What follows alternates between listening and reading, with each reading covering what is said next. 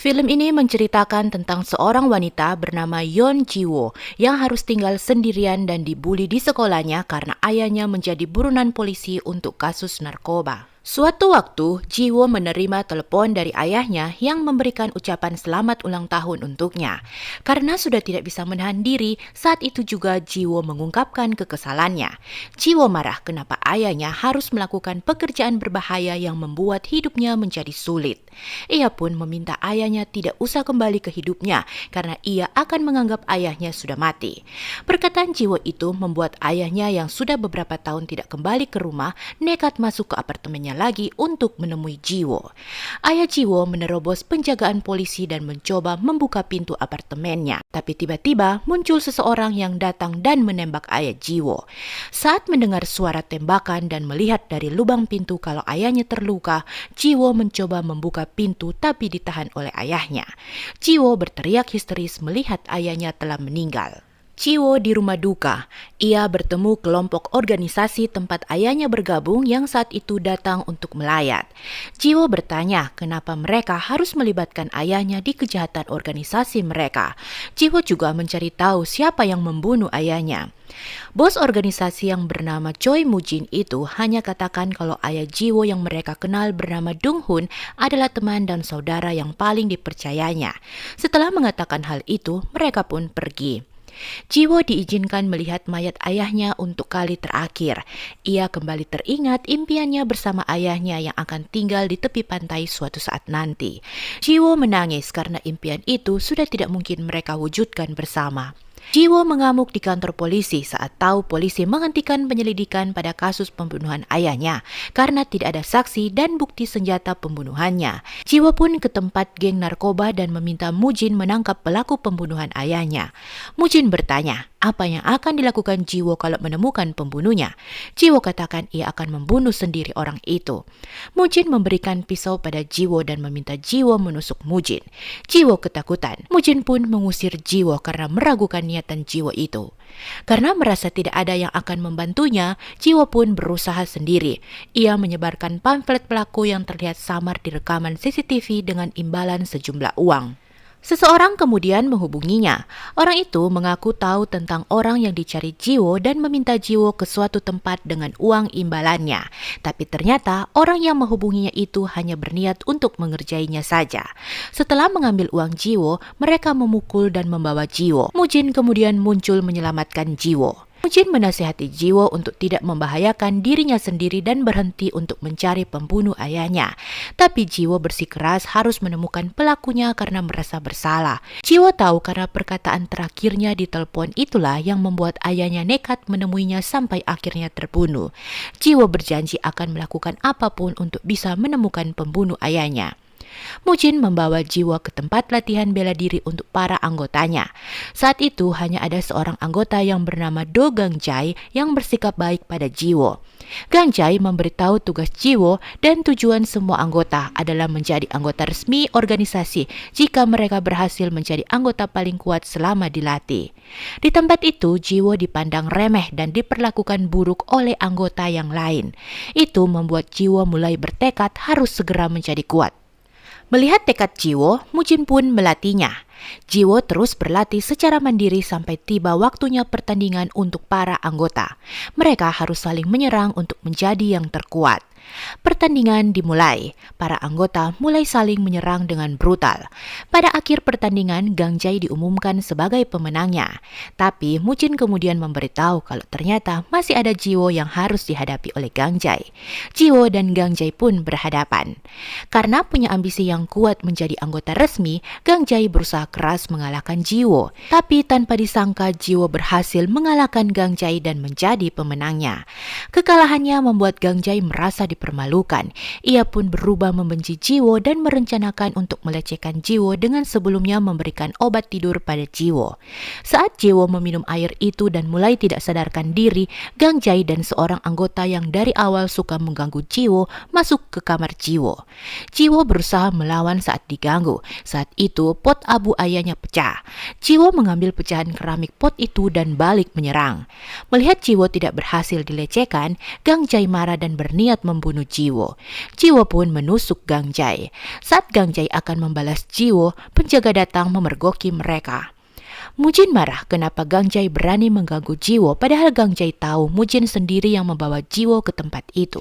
Mujin pun memberi Gang Jai hukuman. Karena Mujin lebih membela Jiwo, Gang Jai makin membenci Jiwo. Jung Taiju yang menjadi tangan kanan dari Mujin mengunjungi Jiwo dan meminta Jiwo segera meninggalkan organisasi mereka. Taiju katakan gara-gara Jiwo ia baru saja kehilangan bawahan yang berharga. Taiju memberitahu kalau Jiwo itu sama seperti ayahnya yang tidak cocok dengan dunia kriminal. Jadi ia berharap Jiwo segera berhenti. Tapi Jiwo katakan ia sudah terlanjur masuk, jadi sudah terlambat untuk mundur juga. Mujin meminta Jiwo menemuinya. Saat itu Mujin mengganti identitas Jiwo dan memberi nama baru yaitu Oh Hye-jin. Taesuk umumkan pada para anggota kalau Gang Jai telah dikeluarkan sebagai anggota karena telah membunuh Jiwo. Mujin menyerahkan pistol yang dipakai pembunuh ayahnya dan katakan pembunuh ayahnya itu adalah polisi. Jiwo diminta menemukan dan membunuhnya. Beberapa tahun kemudian setelah menjadi lebih kuat, Jiwo yang sudah menjadi Hye-jin masuk menjadi anggota polisi.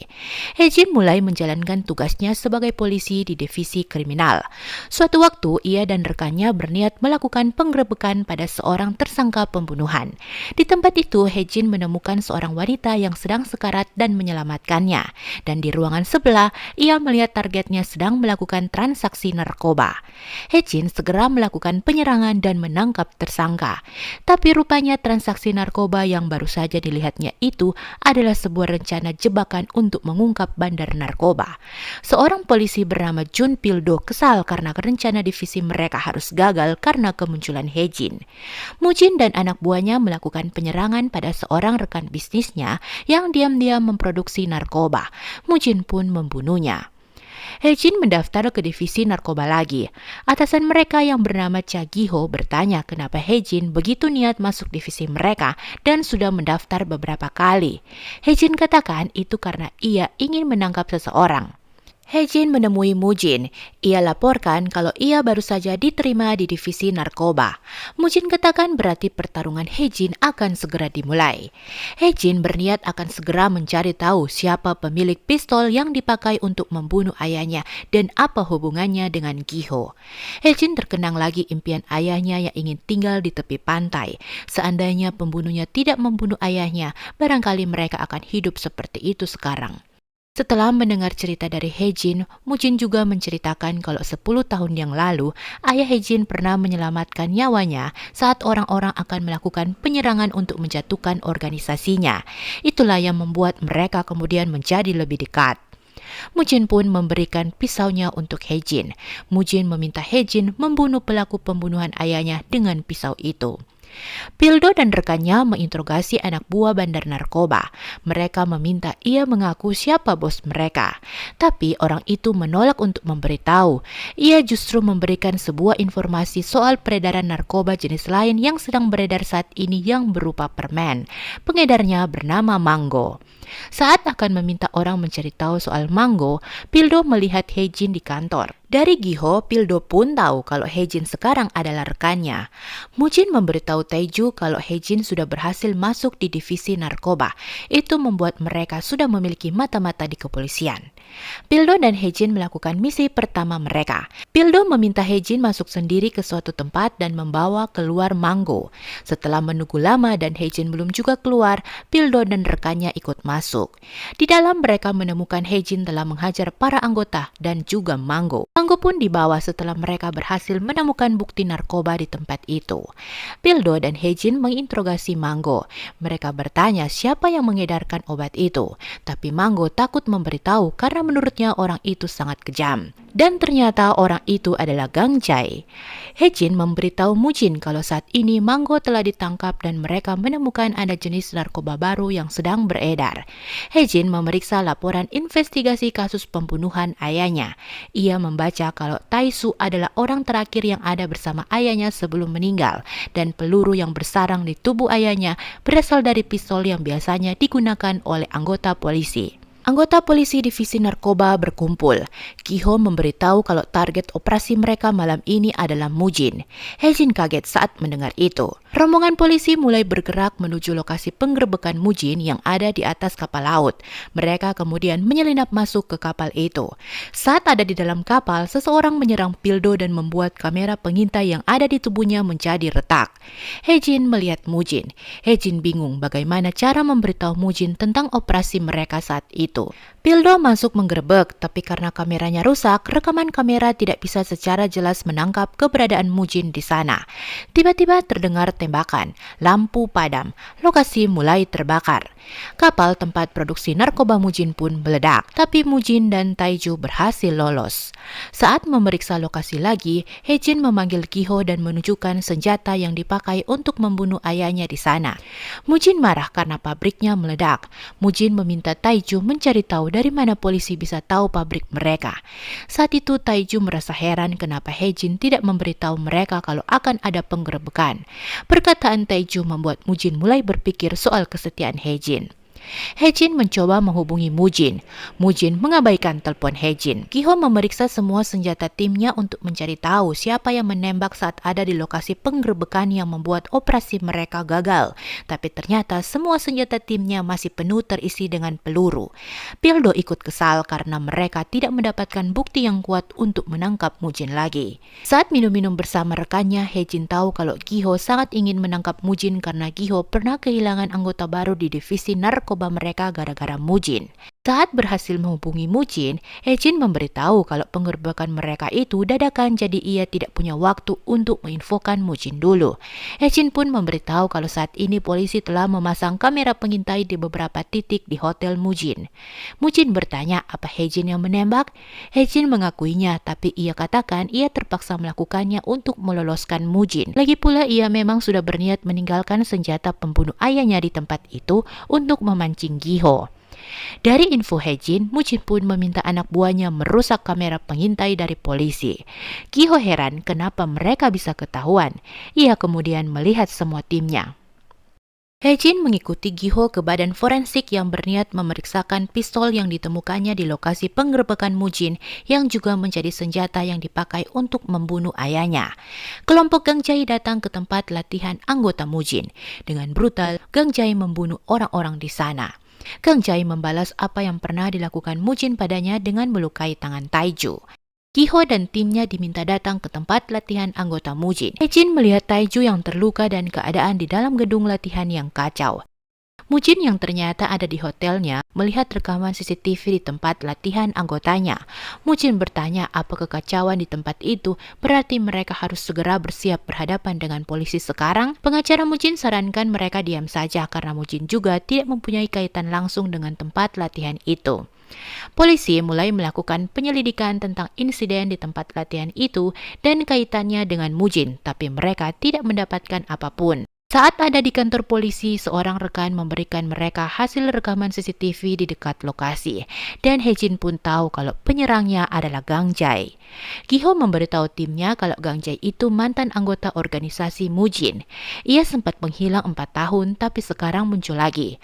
Giho pun berencana akan memancing pergerakan Mujin kali ini dengan menggunakan Gang Jai. Giho yakin Mujin pasti akan melakukan pembalasan karena penyerangan Gang Jai itu. Giho meminta Manggo dilepaskan sebagai umpan. Hejin melaporkan pada Mujin soal rencana Giho untuk melepaskan Manggo. Setelah tahu soal rencana Giho, Mujin pun menunda penyerangan balik pada Gang Jai. Mujin meminta Taiju membubarkan semua organisasi yang akan membantu mereka untuk membalas Gang Jai. Tim melaporkan pada Giho kalau sampai saat ini belum ada pergerakan dari Mujin. Setelah tahu itu, Giho katakan kalau begitu Mujin harus menunggu kejatuhan organisasinya dari dalam karena akan ada pengkhianat di kubu Mujin. Giho mengajak Pildo untuk bicara berdua. Malamnya Hejin mengikuti Giho yang diketahuinya akan menemui pengkhianat dari kubu Mujin untuk mengetahui siapa pengkhianat yang dimaksud oleh Giho itu. Tapi tiba-tiba ia dihadang oleh Pildo. Pildo berusaha membuka helm Hejin untuk memastikan siapa mata-mata yang ada di tim mereka, tapi Hejin berhasil lolos. Saat akan melarikan diri, Hejin melihat ada Taiju di sana. Giho nampak senang karena sepertinya berhasil melempar umpan pada seseorang. Pildo dan Giho berbicara. Giho meminta Pildo mulai mengawasi Hejin. Giho curiga sepertinya Hejin itulah mata-mata dari Mujin karena setiap rencana mereka selalu bisa terbaca Mujin sejak Hejin masuk ke tim mereka. Setelah berhasil kabur, Hejin memberitahu Mujin kalau ternyata Giho baru saja melakukan penjebakan untuk mengungkap identitas informan Mujin. Hejin juga memberitahu kalau ia sempat melihat Taiju ada di sana. Hejin meminta Mujin tidak melakukan pergerakan apapun dulu karena Giho sedang mencari celah untuk menangkap Mujin.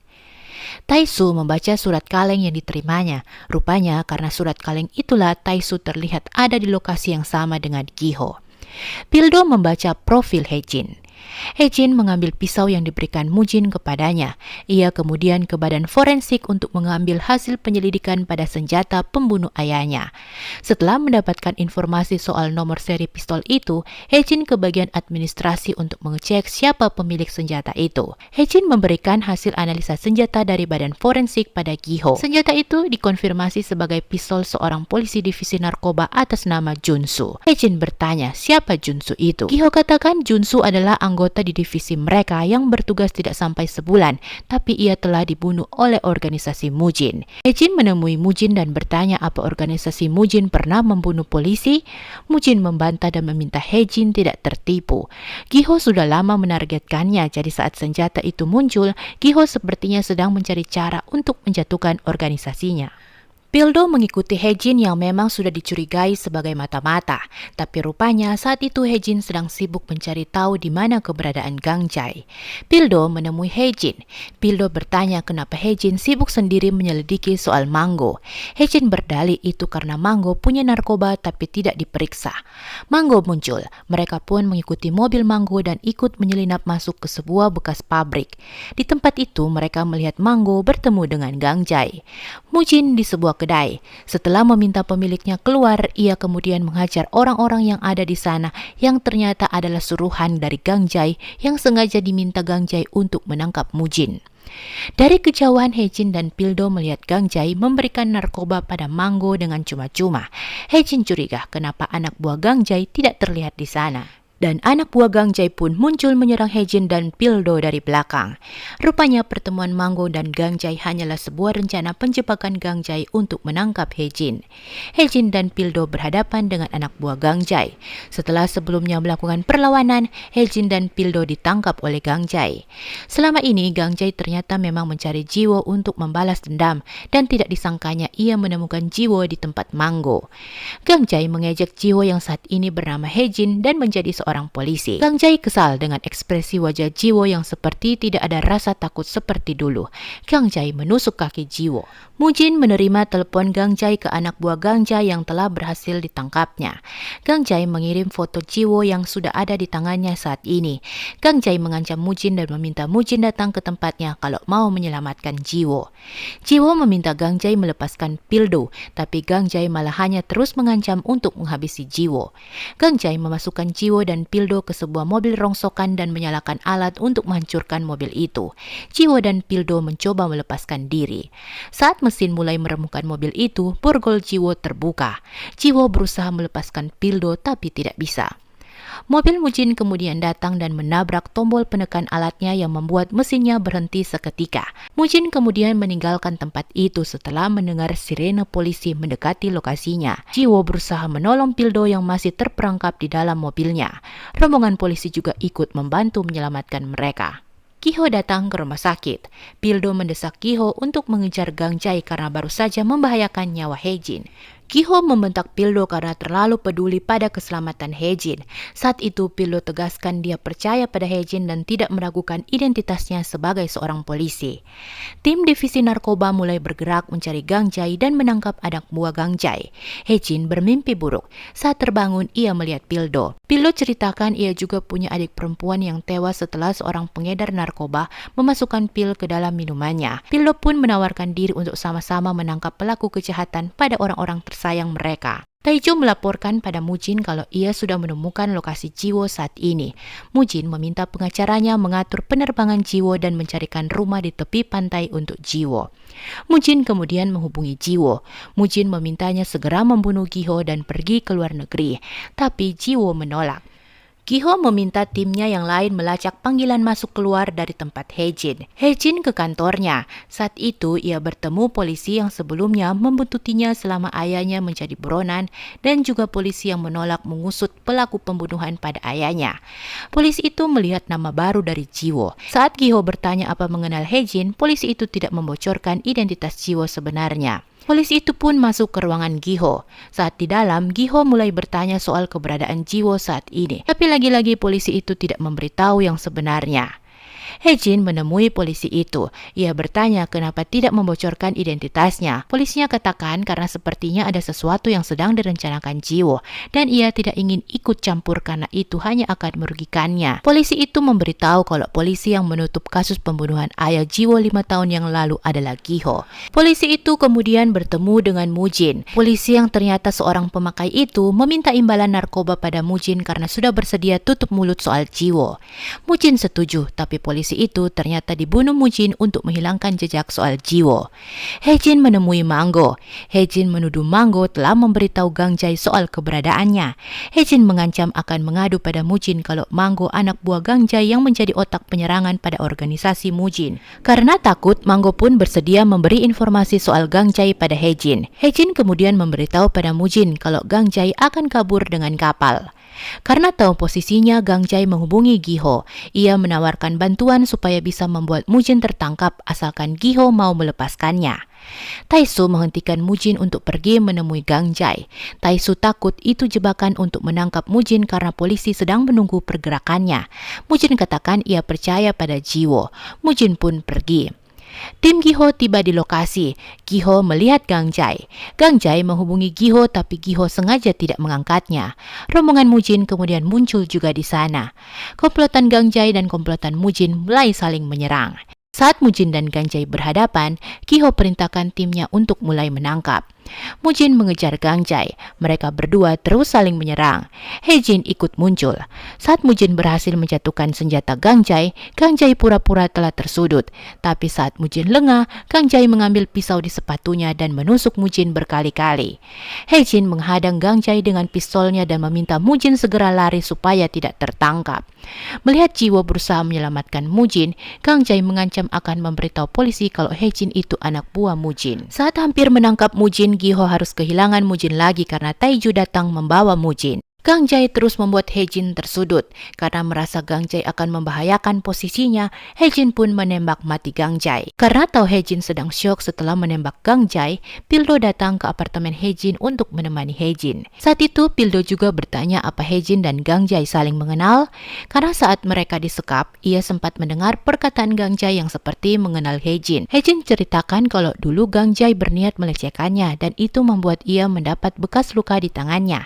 Karena kejadian itulah mereka saling mengenal. Hejin menerima dokumen yang ditujukan padanya dengan nama aslinya. Saat membuka isi dokumen itu, ia melihat foto ayahnya yang ternyata adalah seorang polisi dengan nama asli Sung Jun-soo. Hejin kemudian menerima telepon dari Mujin untuk datang ke tempat persembunyiannya. Hejin datang menemui Mujin. Hejin bertanya apa ayahnya seorang polisi. Mujin mengakui. Giho memang mengirimkannya untuk menjatuhkan Mujin, tapi ayahnya kemudian berbalik berpihak kepadanya dengan menyelamatkan nyawanya. Mujin katakan ayahnya mati sebagai anggota organisasi mereka dan bukan sebagai polisi. Pildo menemani Giho minum-minum. Giho nampak frustasi karena selalu gagal menangkap Mujin. Karena sudah mabuk, Pildo mengantarkan Giho sampai ke depan apartemennya dan pergi. Saat di dalam apartemennya, seseorang datang menusuk Giho yang dalam posisi lengah. Giho sempat melukai balik penyerangnya, tapi Giho harus tumbang duluan. Saat akan kabur, penyerang melihat kedatangan Hejin. Hejin melihat ada darah di kenop pintu apartemen Giho. Hejin masuk dan Giho yang ternyata masih sadar menembak Hejin yang diketahuinya adalah mata-mata Mujin. Hejin pun bertanya apa yang dilakukan Giho pada ayahnya 5 tahun yang lalu. Giho kaget saat tahu Hejin ternyata adalah Jiwo. Giho memberitahu Hejin kalau sampai akhirnya ayahnya adalah seorang polisi. Giho pun bertanya kenapa Jiwo bisa menjadi pengikut Mujin. Giho mengutuk Mujin karena tahu sepertinya Mujin telah menipu Jiwo. Giho kemudian memberikan Jiwo sebuah ransel dan surat. Jiwo pun pergi saat Pildo datang. Mujin teringat saat ia tahu ayah Jiwo ternyata mata-mata polisi selama ini. Junsu sebagai mata-mata polisi ternyata diam-diam telah memasukkan alat penyadap di sebuah korek yang diberikan Junsu sebagai hadiah untuknya. Mujin begitu kecewa dan marah karena orang yang dipercayanya ternyata adalah pengkhianat. Saat itu, Mujin juga menemukan mesin ketik yang biasa dipakai Junsu untuk melaporkan hasil pengintaiannya di tempat Mujin. Di dalam mobilnya, Hejin mulai membaca semua surat yang dikirimkan ayahnya pada Giho yang buktikan ayahnya memang polisi sampai akhir hidupnya. Saat Taesu laporkan Junsu pergi menemui Jiwo, saat itulah Mujin menembak mati Junsu dengan pistol Junsu. Jiwo melihat bukti pembayaran pemakaman Junsu yang semuanya diatur oleh Giho. Bukti itu makin mempertegas kalau memang ayahnya mati sebagai seorang polisi. Di antara surat-surat itu, Jiwo membuka sebuah surat dari ayahnya untuknya yang disimpan Giho selama ini. Jiwo membaca surat ayahnya. Di surat itu tertulis betapa ayahnya ingin mendampingi Jiwo selama hidupnya. Sayangnya ia tidak bisa melakukannya. Ayahnya meminta Jiwo untuk menjalani hidup dengan baik dan bahagia meski tidak bersama ayahnya. Jiwo menangis. Jiwo teringat lagi kata-kata Mujin sebelumnya yang telah meracuninya dengan pikiran kalau pelaku pembunuh ayahnya adalah anggota polisi. Perasaan Hejin campur aduk. Ia tidak menyangka selama ini justru telah menjadi kaki tangan pembunuh ayahnya. Hejin membakar tato logo organisasi Mujin yang ada di tubuhnya. Mujin menerima telepon dari Taeju yang laporkan kalau Giho belum meninggal setelah diserangnya. Hejin bersiap untuk pergi, tapi saat keluar ia diserang sekelompok orang suruhan Taeju. Setelah mengalahkan semua anak buah Taeju, Hejin dan Taeju pun berhadapan. Hejin bertanya apa Taeju yang membunuh ayahnya juga. Taeju katakan ia sebenarnya ingin sekali melakukan itu. Sayangnya eksekusi itu dilakukan oleh Mujin sendiri. Mereka pun saling menyerang dan Hejin berhasil mengalahkan Taesu. Pildo dan rekannya mendapat info keberadaan Mujin. Saat akan menuju lokasi, Mujin malah muncul di depan kantor polisi dan menyerahkan diri. Saat tahu Mujin ditangkap dengan menyerahkan diri, Hejin menemui Mujin dan katakan mata-mata yang ditempatkan Mujin di timnya selama ini tidak akan bisa membebaskan Mujin lagi. Polisi mulai menyelidiki rekaman ulang CCTV di sekitar apartemen Giho. Mereka pun tahu kalau saat kejadian penyerangan Giho, ada sebuah mobil terlihat di sana. Mereka pun mulai melacak mobil itu. Pada saat itu juga, Pildo menerima laporan telepon masuk keluar dari lokasi Hejin. Hejin ke ruangan bukti kasus polisi dan mengambil bukti perkara Mujin pada kasus pembunuhan Gang Jae. Setelah menyelidiki nomor plat mobil yang terlihat di lokasi, keberadaan Hejin di lokasi ikut terungkap. Pildo kaget mengetahui selama ini Hejin berhubungan dengan pihak Mujin. Setelah berhasil mengambil bukti, Hejin memberitahukannya pada Mujin. Karena tahu bukti kasusnya telah hilang, Mujin dan pengacaranya berniat meninggalkan kantor polisi. Pengacara Mujin tegaskan saat ini tidak ada alasan lagi untuk menahan Mujin. Kalaupun polisi kembali menemukan bukti itu lagi, ia bisa pastikan bukti itu telah tercemar. Mujin dan pengacaranya pun pergi dari sana. Saat di perjalanan, pengacara Mujin merasa heran kenapa Hejin masih mau mencuri bukti kasus Mujin, padahal posisinya juga sudah terpojok. Mujin tiba di markasnya. Ia melihat mayat Taesu yang mati di tangan Hejin. Saat itulah Mujin tahu alasan Hejin mengeluarkannya dari penjara, karena Hejin ingin membunuhnya dengan tangannya sendiri. Hejin mendatangi makam ibunya dan meletakkan abu ayahnya di sana. Hejin meminta maaf karena sudah menyalahkan ayahnya selama ini. Pildo menemukan Hejin. Pildo terus mengejar Hejin dan berhasil menangkap Hejin. Pildo kemudian membawa Hejin ke kantor polisi. Setelah tahu Hejin di penjara, Mujin meminta pengacaranya membantu Hejin keluar penjara karena ia ingin Hejin berhadapan dengannya. Pildo menemui Hejin di penjara. Pildo bertanya kenapa Hejin tega menusuk Giho. Hejin katakan bukan ia yang menusuk Giho, tapi apa Pildo akan percaya dengan perkataannya itu? Pildo pun katakan dia memang sudah tidak akan percaya kata-kata Hejin lagi. Pengacara Mujin menemui Hejin dan menyampaikan pesan Mujin pada Hejin. Mujin ingin Hejin keluar dan datang pada Mujin untuk menyelesaikan keinginannya selama ini. Pengacara itu pun mengatur untuk membawa Hejin ke rumah sakit dengan alasan harus mengobati luka Hejin. Saat di rumah sakit, Hejin bertemu seorang perawat yang pernah ditolongnya saat sekarat di tempat penggerbekannya. Pada saat yang bersamaan, Giho sadar pasca menjalani operasi. Giho kemudian menceritakan pada Pildo kalau Hejin itu adalah Jiwo, putri dari Sung Junsu, seorang polisi yang sedang menyamar yang dikirimnya pada Mujin. Selama ini, Jiwo bergabung dengan Mujin untuk balas dendam atas kematian ayahnya, karena Jiwo ditipu Mujin dengan katakan pembunuh ayahnya adalah seorang polisi. Adegan kembali pada Hejin yang ada di rumah sakit. Saat ditinggal sendiri, ia mencoba membuka borgolnya. Pada saat borgol terbuka, perawat yang pernah ditolongnya itu membiarkan Hejin dan memberikan kunci mobil supaya Hejin bisa kabur. Pildo menerima kabar kalau Hejin baru saja kabur. Pildo ikut berusaha mencari Hejin dan menemukannya. Pildo katakan ia sudah tahu semua tentang Hejin. Pildo melarang Hejin membahayakan nyawanya dengan mendatangi Mujin sendiri untuk balas dendam. Hejin berteriak. Dia marah karena Pildo menahannya. Hejin katakan sudah lama ia mencari pembunuh ayahnya. Jadi sekarang ia tidak mau berhenti setelah sudah menemukannya. Karena tidak bisa dihentikan, Pildo pun memborgol tangan Hejin dengan tangannya sendiri. Tapi tiba-tiba anak buah yang dikirim Mujin untuk membawa Hejin muncul di sana. Pildo membawa pergi Hejin. Mujin pun mendengar kabar dari pengacaranya kalau mereka telah kehilangan Hejin. Mujin marah kenapa Hejin belum juga datang menemuinya, padahal seharusnya Hejin datang menghadapinya. Pengacara masuk ke ruangan Mujin. Ia mengabarkan kalau sebentar lagi polisi akan datang membawa surat penangkapan Mujin. Mujin yang makin marah karena hampir kehabisan waktu, mengambil pistol di tempat persembunyiannya dan menodongkannya pada pengacara. Setelah menenangkan diri dengan Pildo, Hejin berencana akan menyerahkan diri ke kantor polisi. Pildo berjanji akan mendampingi Hejin melalui masa-masa sulitnya, dan tiba-tiba seseorang datang menembaki Pildo. Hejin syok melihat Pildo yang meninggal di tempat padahal ia baru saja menemukan sosok yang bisa memahaminya. Hejin pun mendatangi Mujin. Hejin mulai menghajar semua anak buah Mujin di sana dan menghadapi Mujin yang memang sudah menunggunya. Hejin marah karena Mujin telah membunuh orang-orang yang berharga di dalam hidupnya. Hejin dan Mujin saling menyerang. Mujin membidikan pistolnya supaya Hejin tidak ragu untuk membunuhnya. Mujin menekan pelatuk pistolnya berkali-kali. Jiwo pun maju menusuk Mujin di area vitalnya. Mujin pun meninggal di tempat.